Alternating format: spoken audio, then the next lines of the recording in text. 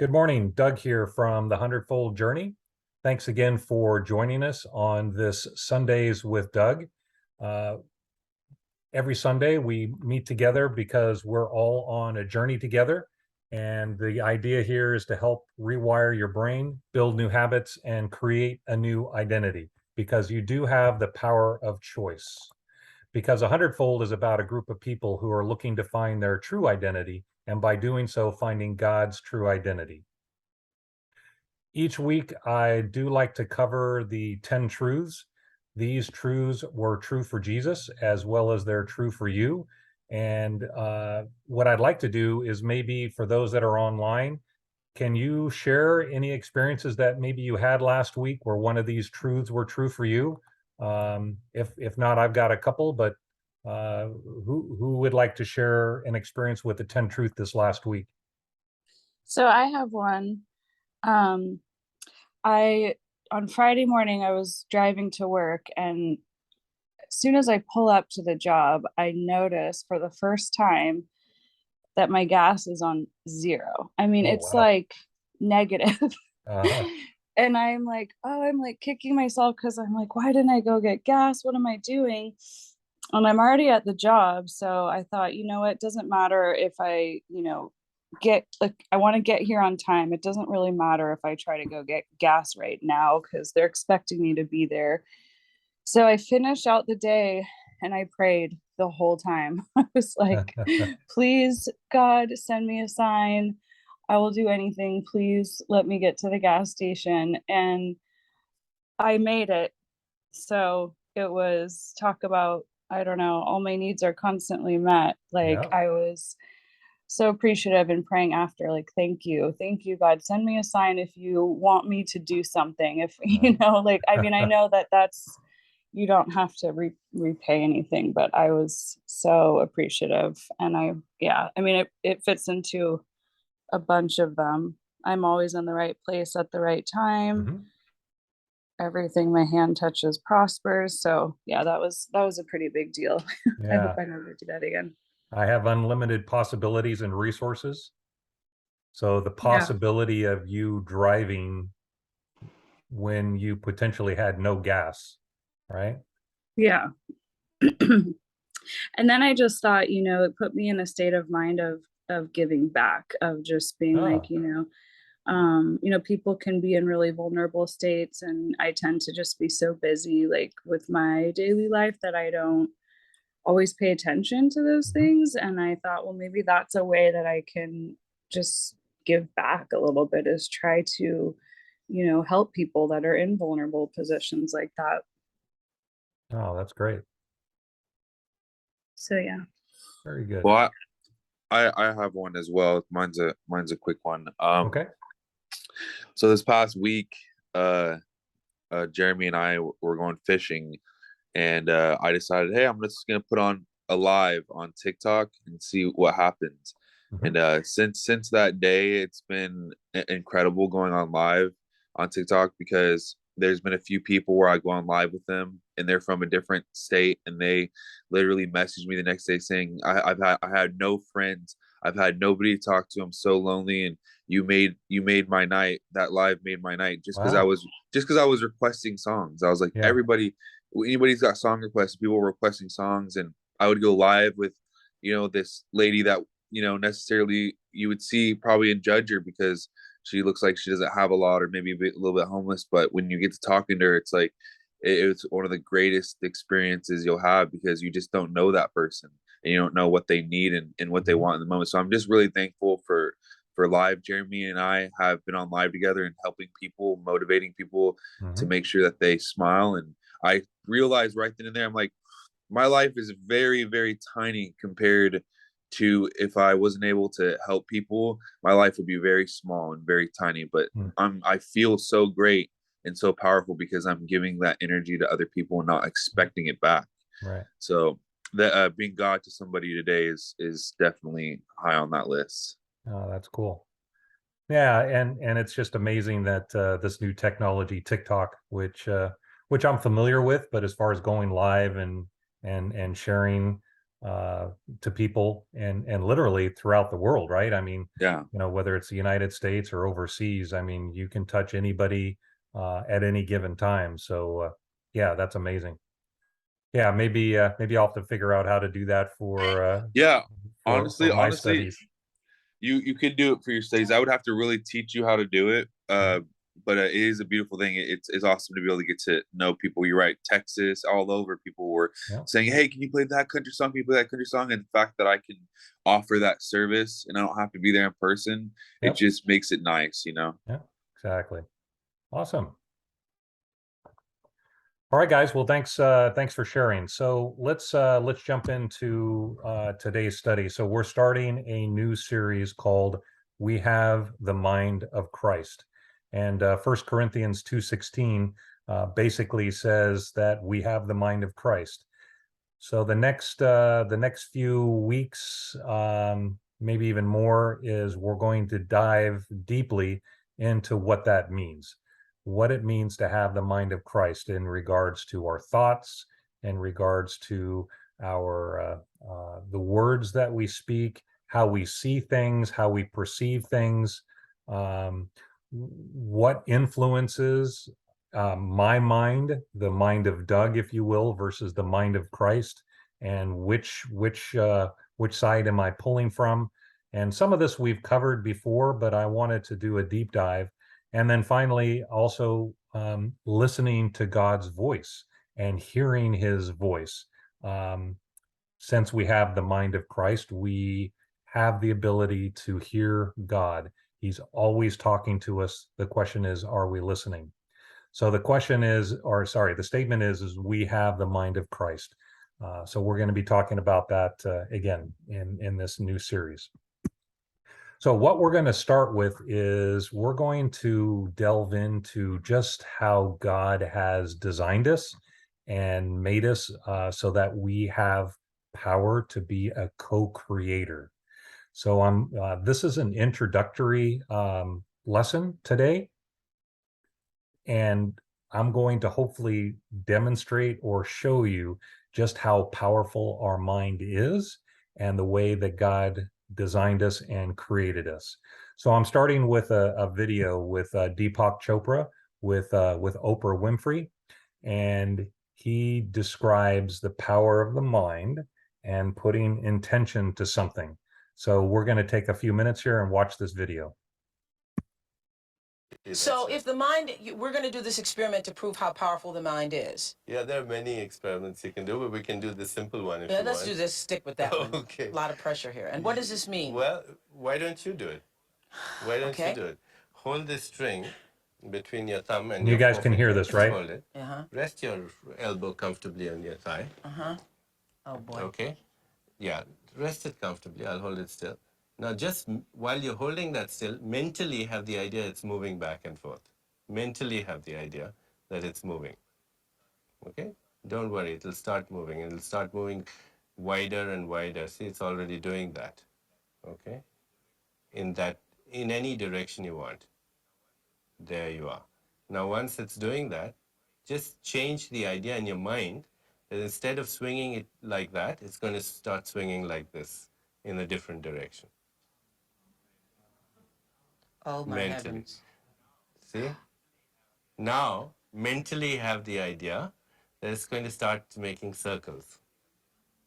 Just mentally have the idea it's going to start making circles. There you are, see? Circles. Now bigger and bigger circles.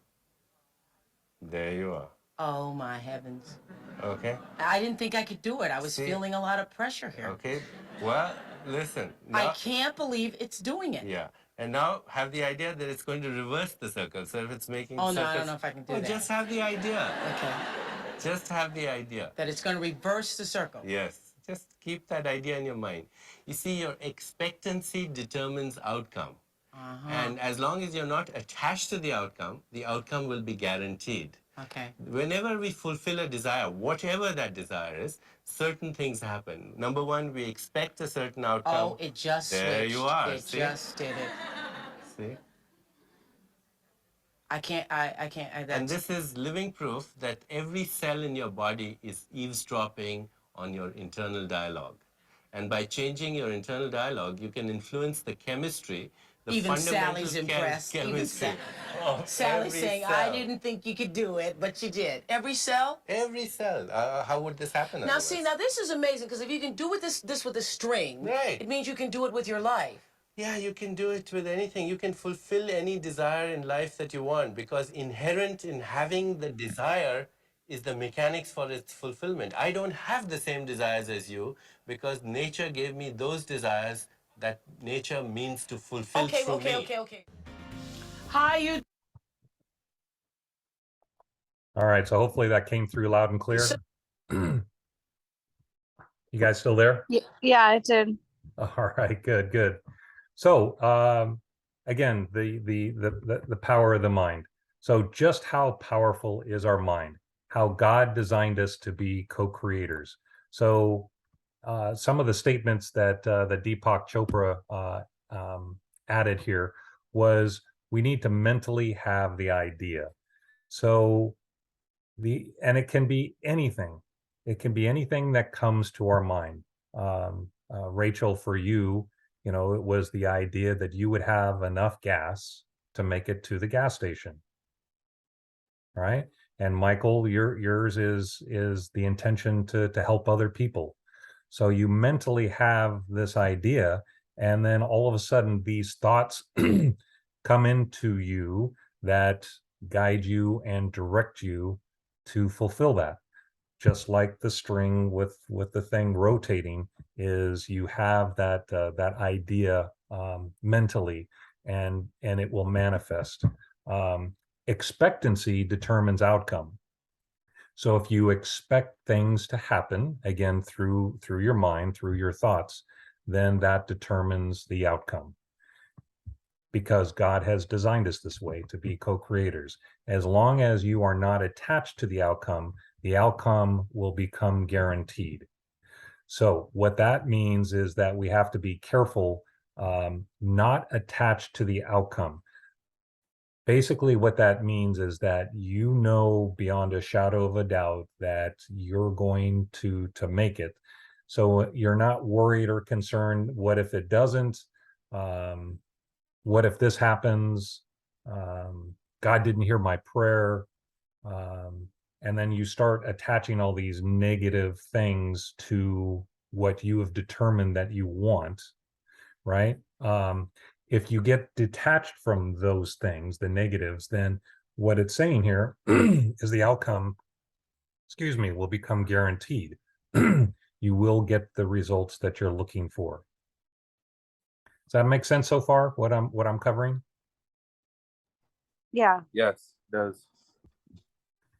And what's even more amazing is that every cell in your body is reacting to your internal dialogue. Right? So your mind controls your physical body, which goes all the way down to the DNA. And your cells are reacting to that internal dialogue. So the things that you say, the thoughts that you think, and your body is reacting to those thoughts. So it's very important to put on the mind of Christ, to have those thoughts, so that we remind ourselves that the 10 truths, I'm always in the right place at the right time. God has granted me favor in the sight of those around me. Everything my hand touches prospers. If that is your internal dialogue, then your cells are going to react to those in a positive way, because all of those are positive thoughts. But the opposite can be true as well. If, you know, Rachel, in your case, I'll just use you as an example. I'm never gonna make it. I'm gonna get stuck on the side of the road. No one's gonna be able to help me because I've run out of gas. And then you start beating yourself up. Oh, I can't believe I didn't notice that. All of that negativity then gets into your cells, right? And then it becomes manifest. And then all of a sudden you are on the side of the road without gas. So by changing your internal dialogue, you can influence the chemistry of every single cell, which is amazing. But how does that work? Say, okay, Doug, that's interesting, but how does it actually work? And why does it work? And we'll get to that in this next video. All right. So this is a 5-minute video. So, and here we are, the granddaddy of all quantum weirdness, the infamous double slit experiment. To understand this experiment, we first need to see how particles, or little balls of matter, act.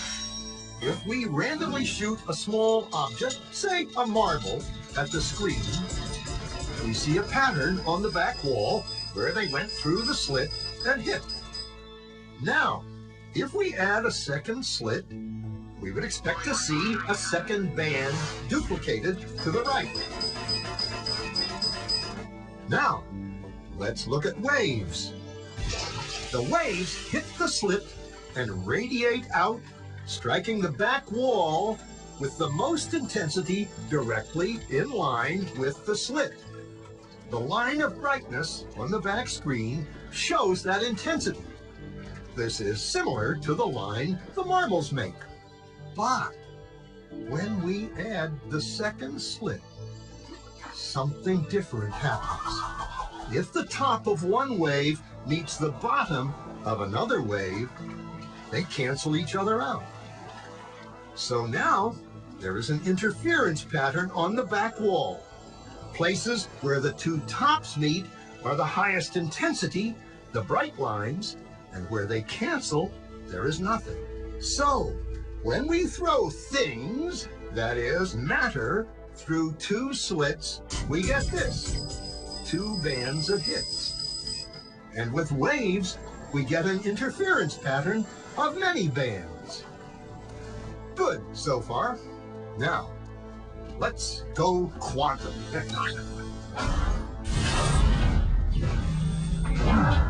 An electron is a tiny, tiny bit of matter, like a tiny marble. Let's fire a stream through one slit. It behaves just like the marble, a single band. So, if we shoot these tiny bits through 2 slits, we should get, like the marbles, 2 bands. What? An interference pattern. We fired electrons, tiny bits of matter through. But we get a pattern like waves, not like little marbles. How? How could pieces of matter create an interference pattern like a wave? It doesn't make sense. But physicists are clever. They thought, maybe those little balls are bouncing off each other and creating that pattern. So, they decide to shoot electrons through one at a time. There is no way they can interfere with each other. But after an hour of this, the same interference pattern is seen to emerge. The conclusion is inescapable. The single electron leaves as a particle, becomes a wave of potentials, goes through both slits, and interferes with itself to hit the wall like a particle. But mathematically, it's even stranger. It goes through both slits and it goes through neither. And it goes through just one and it goes through just the other. All of these possibilities are in superposition with each other. But physicists were completely baffled by this. So they decided to peek and see which slit it actually goes through. They put a measuring device by one slit to see which one it went through and let it fly. But the quantum world is far more mysterious than they could have imagined. When they observed, the electron went back to behaving like a little marble. It produced a pattern of 2 bands, not an interference pattern of many. The very act of measuring or observing which slit it went through meant it only went through one, not both. The electron decided to act differently, as though it was aware it was being watched. And it was here that physicists stepped forever into the strange, never world of quantum events. What is matter? Marbles or waves? And waves of what? And what does an observer have to do with any of this? The observer collapsed the wave function simply by observing.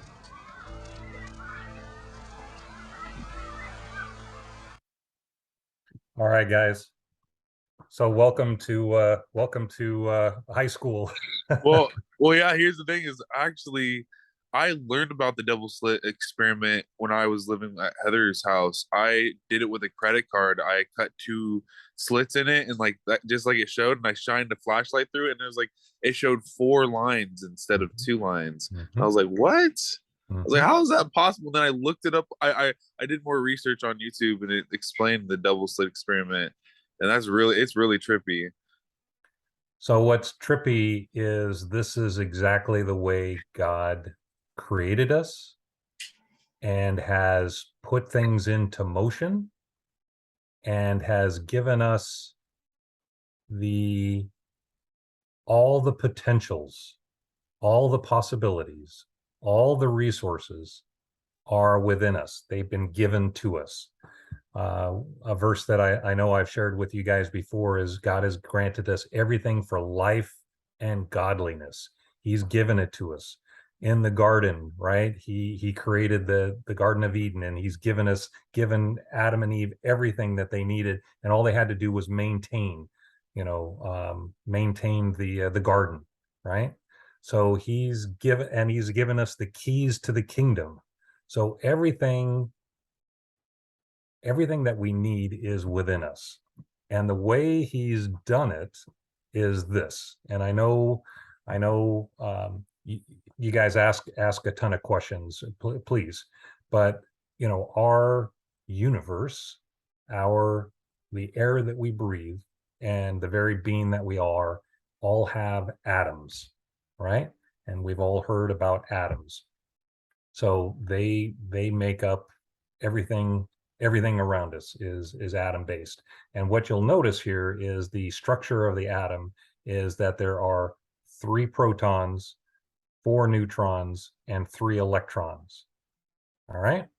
So the electron, if you'll remember in that video, the electron is what they shot at the slit, right? So they were shooting electrons one at a time. So somehow, don't ask me how, through our scientists, we're able to extract a electron. And notice the electron circles around the proton and the neutron, right? It's circling around. So it's basically holding it together, if you will. So again, they took that electron and then they shot those into the screen, and you saw the results, right? It actually had two potentials. It either could act like a wave form or it could act like a particle form. And it wasn't until it was observed that the structure changed. So that means the electron has some intelligence to it, right? It's not just a packet of light or a packet of energy. It actually has some intelligence to it. All right. So just how powerful is our mind? How God designed us to be co-creators. This is how he has designed it, is he created this thing called the atom, which is everywhere, right? And it's within us. We are full of atoms. So an electron is a negatively charged subatomic particle that can be either bound to an atom or free, which is the illustration that we had. An electron that is bound to an atom is one that has 3 primary types of particles with the atom. The other 2 are protons and neutrons, right? So I just described that. The electron makes up the atom. Now here's where this gets funky. Are humans made of electrons? And the answer is, at a pretty basic level, we're all made of atoms, which are made of electrons, protons, and neutrons. Okay. So you can't see them, you can't taste them, you can't smell them, but they're in us. So the question is how many electrons are in the human body? The total number of electrons in the human body is typically in the order of 10 to the 28th power. That's 10 with 28 zeros. So don't ask me what that number is, just trillions. All right. So these are all floating around in our body. There are cells, there are DNA, they are everywhere inside of our body.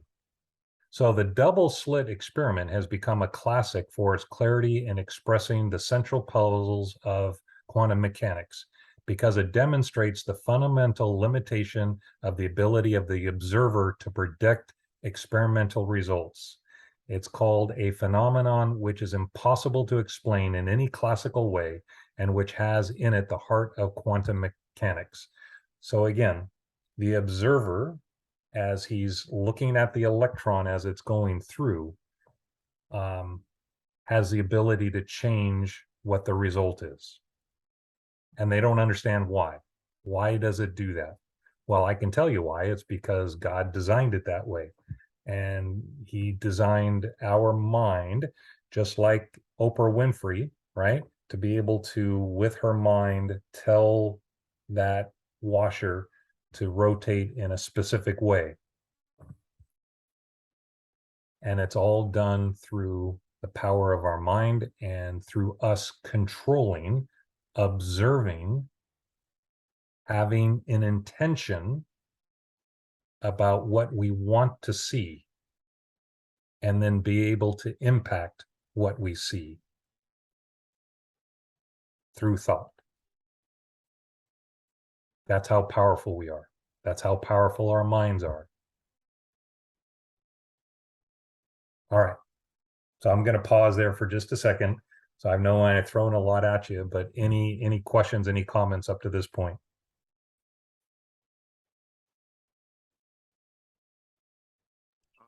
Yeah, so the is Adam, like what we're talking about here, the same Adam that was the beginning of human? Yeah, I do find it interesting, don't you, that Adam here is ATOM Yeah. and Adam is ADAM. It's almost the same word. But it's interesting because couldn't it have when Jesus came changed the dynamics of the atoms, our cells, our DNA? Well, that's what he has done. Yes. So 2 Corinthians 5:17 says, if anyone is in Christ, they are a new creation. A new creation. The old is past, behold, new is come. So we've been taken out of the old Adam, and you could even say ATOM, and put into the new Adam, which is Christ. So he changed our DNA. We are a new creation, and we now have the mind of Christ.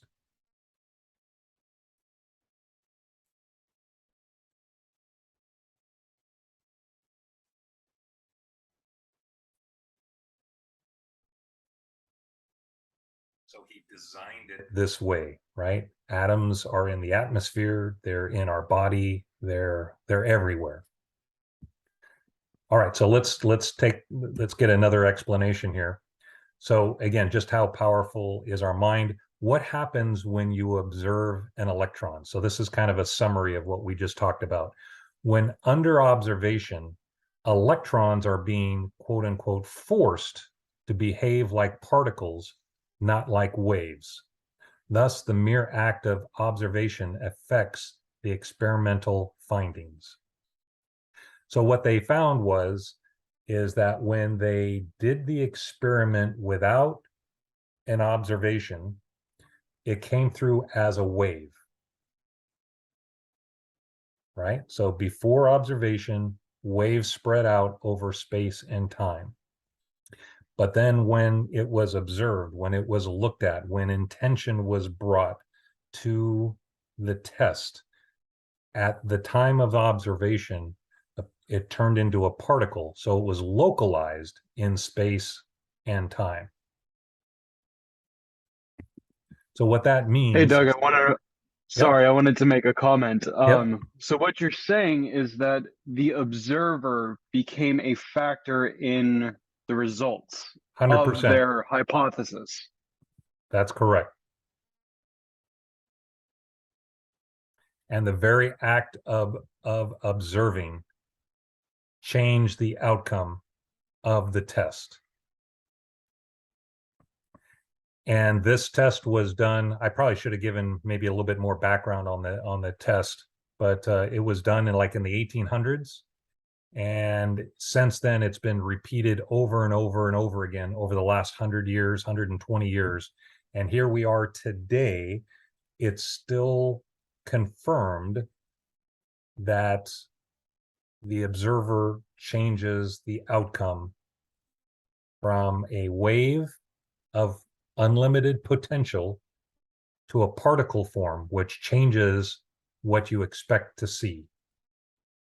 So again, the double slit, right? So the whole idea of the double split is our mind is thinking, hey, when I shoot an electron through there, on the back wall, there should be, because this is what I'm expecting, 2 lines.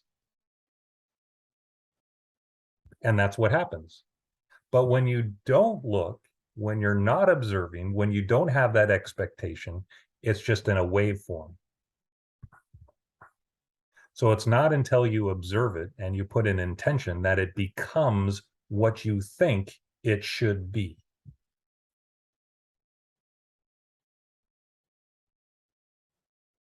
Going back to the Oprah illustration, right? So the intention for her was it's supposed to rotate this way. So she took a waveform. The waveform was, hey, I can spin any way you want me to, right? So that was the waveform. It was unlimited potential, right? You just tell me which way you want it to go. And then all of a sudden she says, I want it to go counterclockwise. Then boom. Then it started to turn into a particle form. Went from a waveform of potential to a particle form. And then it happened the way she thought it should be, the way she set the expectation for.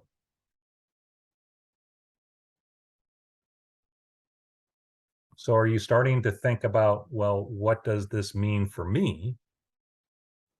It means that everything around us, our entire life, our body, the way we interact with other people, the way we think about our lives, the way we think about money, the way we think about God, the way we think about ourselves, the way that we think about creation, the way we think about everything, right? When we set the intention that says, hey, my life is amazing and all my needs are constantly met, that is now you've set a waveform of potential into a particle form of that's what you're going to see.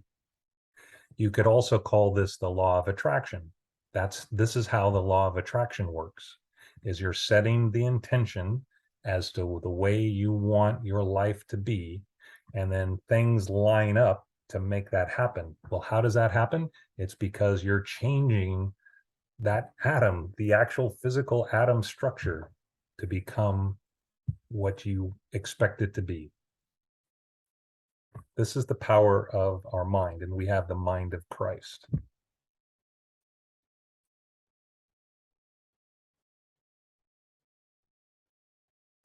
So what that means is we have to be very careful about what we think about and what we set our intention to. Because, and in fact, another verse that just came to my mind in Proverbs says, as a man thinketh, so he is. So if I'm thinking I'm a dirty, rotten sinner and I have a sinful nature and God's an angry God and I'm going to be punished, then that's what your experience will be, because you're observing yourself as being that way.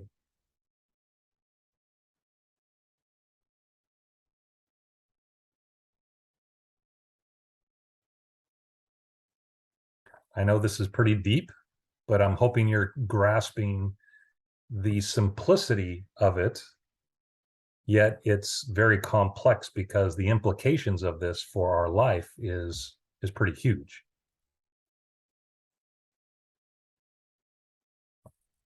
All right, any questions before I move on?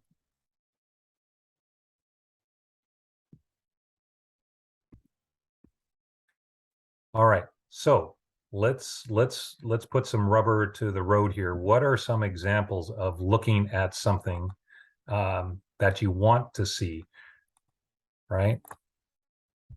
So what are some examples? I wanted to kind of type some in here. What are some examples of looking at something and seeing what you want to see?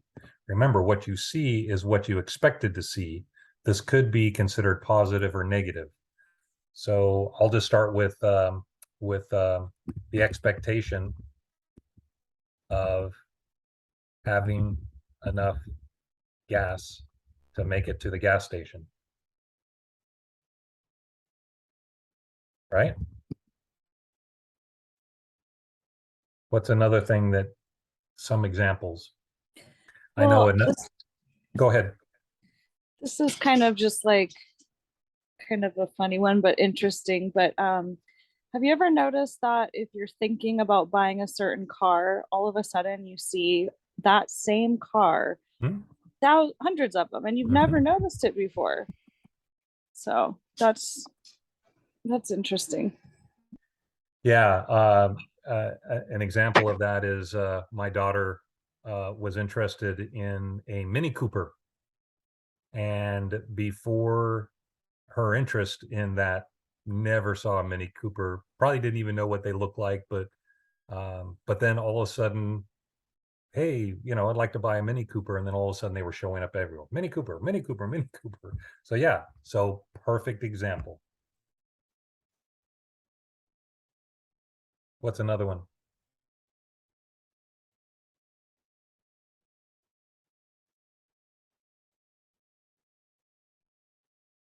Well, oh, sorry, go ahead.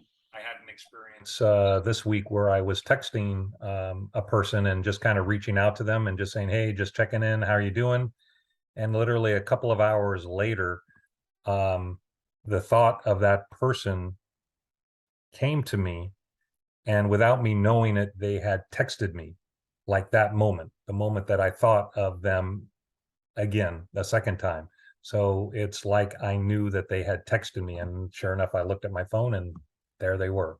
So I was thinking of them, and then the minute they texted me, I felt that that's when they replied.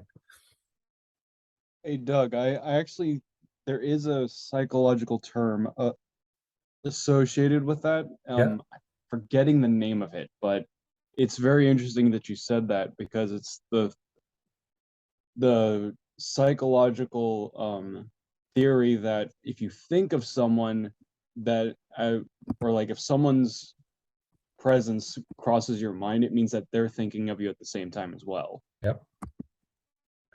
Yeah. The term I've heard is entanglement, where our cells, if you will, our DNA are entangled. So even though we are separated over space and time, and they've done this test before where they've split atoms and they put them, miles and miles together, and when they change one, the rotation of one, the other one changes rotation because we're still entangled. Yep.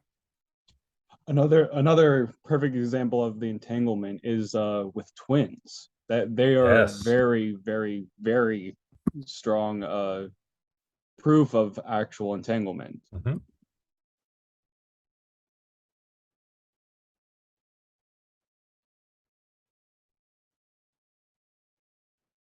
Yep. What else?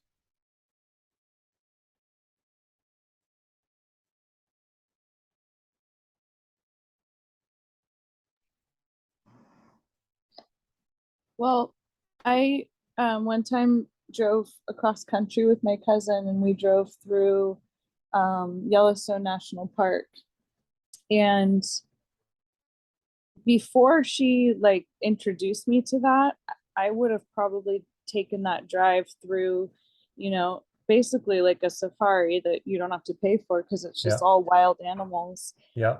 I probably never would have noticed any wild animals because I've just Ah. never thought about it. I've Mhm. never really cared to see any. And when we did that drive, all of a sudden it was like, oh, like I think that's a buffalo.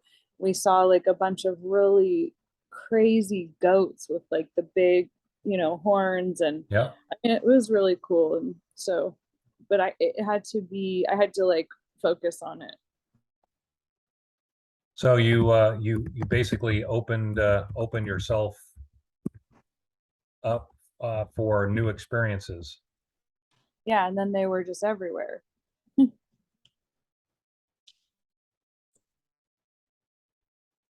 Yeah.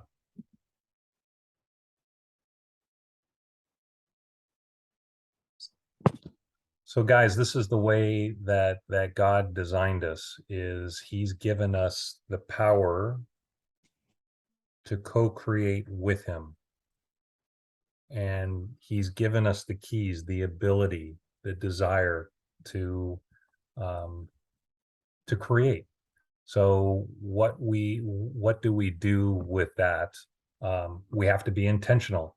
So going back to Deepak's summary, which I think is important, is mentally have the idea. Expectancy determines the outcome. Every cell in your body is reacting to the internal dialogue. By changing your internal dialogue, you can influence the chemistry of every cell. Right? And not only internally, but also externally. What's out there, what's around you.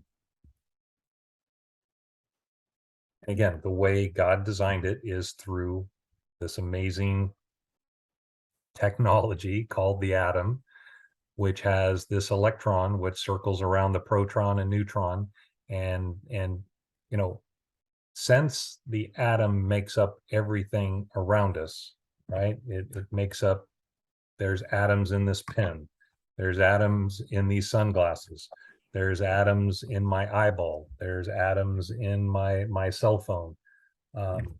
They comprise everything. So God has given us the ability to be able to manipulate and change those atoms' structure just by my mind.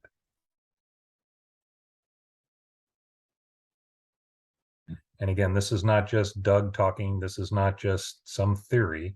This has been demonstrated through this double slit experiment that's been around for hundreds of years and validated in many, many different ways. They've tried to refute this, but haven't been able to.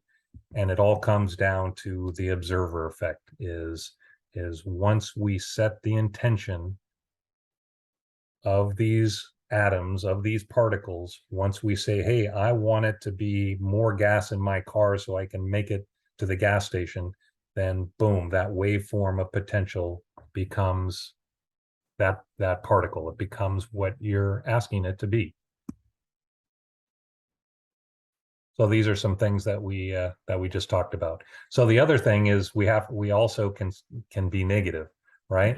So you could have the thought of, I don't want COVID, COVID, I hope I don't get sick. I'm going to miss time at work if I get COVID. I hope I don't get COVID. Well, you're setting your intention. And by the way, just because you say you don't want it doesn't mean you're not going to get it. It just means you're paying attention to COVID. And because you're paying attention to it, then it's going to come into your, that waveform is going to turn into particle. So it also can be on the negative side. So we just have to be very careful about our thoughts and the things that we think, because they do become things. All right, I think I'll save this next one for next week, since we're coming right up on the hour. So I'm just going to screen past these things and then just conclude with this, guys. So first off, again, this is 30, 60, 100-fold. We're talking about 100-fold, and really what this implies for us. The 30-fold, which is the typical church would say, the mind I have is corrupt.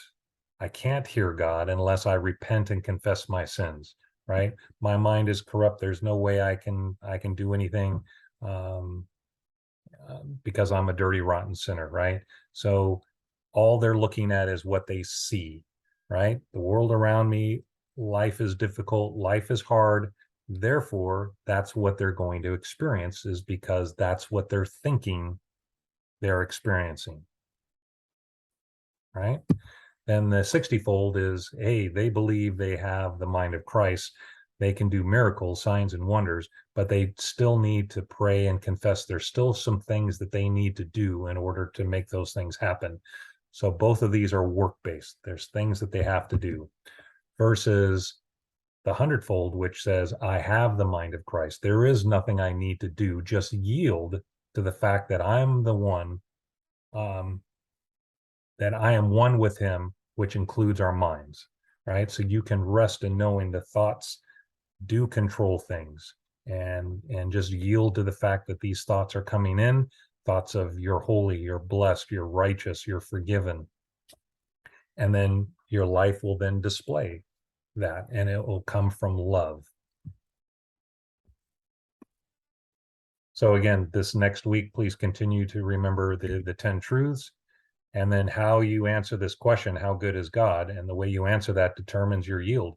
And again, this goes back to the mind, right? Is if I'm in my looking at the waves and I think God is difficult, then I'll have a 30-fold crop versus a 60 versus a 100-fold. And it all determines based on how good I think God is.